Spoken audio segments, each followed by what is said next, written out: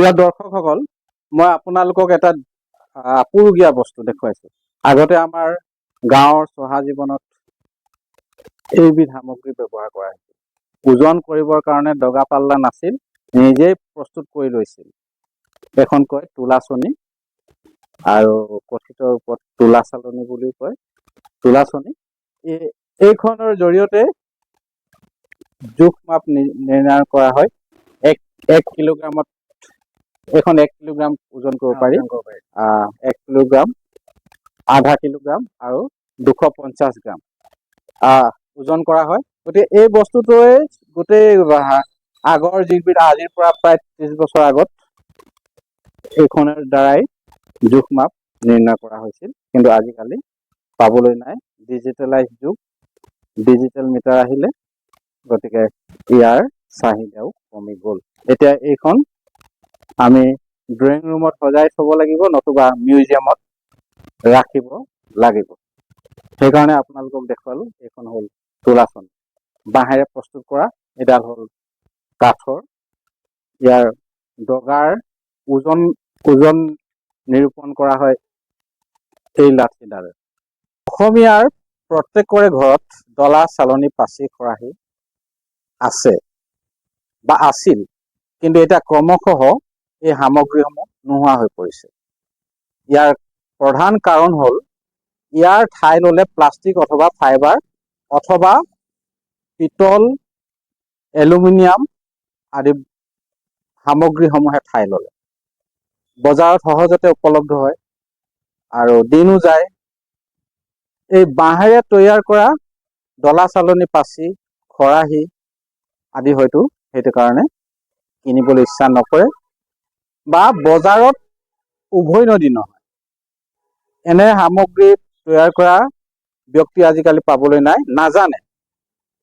সেইকাৰণে হয়তো চাহিদা থাকিলেও কিনিবলৈ পোৱা নাযায়। সেইকাৰণে প্ৰত্যেকৰ ঘৰত আজিকালি এই বাঁহেৰে প্ৰস্তুত কৰা ডলা, চালনী, খৰাহী এইবোৰ সামগ্ৰী নাই। কিন্তু মই সেইকাৰণে আজিৰ প্ৰজন্মক দেখুৱাবৰ কাৰণে এজন বিশেষ ব্যক্তিৰ কাষলৈ আহিছো। মৰাণৰ এজন বিশেষ ব্যক্তিয়ে এই বস্তুসমূহ প্ৰস্তুত কৰিছে, তেখেতৰ কাষলৈ আহিছে। অসমৰ বিভিন্ন ঠাইত আছে এনে ব্যক্তি, ঠায়ে ঠায়ে আছে, নোহোৱা নহয়। সেইকাৰণে এই সামগ্ৰীসমূহ আমি আজিৰ প্ৰজন্মক দেখুৱাবৰ কাৰণে মই এজন বিশেষ ব্যক্তিৰ কাষলৈ আহিছো। এখন ডলাৰ দাম কিমান ৰাখে? 200, 250, 150, 200 তেনেকে হ'ব। আপুনি ডলা, চালনী আমাক প্ৰয়োজন হয়, সকলোখিনি বনাব জানে? সকলোখিনি বনাব জানে। আপুনি এতিয়া পৰিয়াল এইবিলাক প্ৰস্তুত কৰিয়ে চলাই আছে? এইবিলাকে চলাই আছে। আপুনি কোনোবাই শিকিব খুজিলে শিকাব নেকি? কোনোবা প্ৰজন্মইতো নাজানে এইবিলাক। কোনোবাই শিকিম বুলিলে শিকাম আৰু, যদি শিকিবলৈ ইচ্ছা কৰে। আজিকালিতো এইবিলাক বস্তু শিকিবলৈ ইচ্ছা নকৰে, কিন্তু প্ৰত্যেকৰ ঘৰতে প্ৰয়োজনীয় বস্তু। এইটো আপুনি ক'ব খোজে নেকি যে আজিকালি বজাৰত প্লাষ্টিক, ফাইবাৰ বস্তু থকাৰ কাৰণে চাহিদাটো কমি গৈছে? এইটো কমি যোৱা নাই, কিন্তু প্লাষ্টিকৰ যিমান চলিছে এইটো সিমানে চলিছে।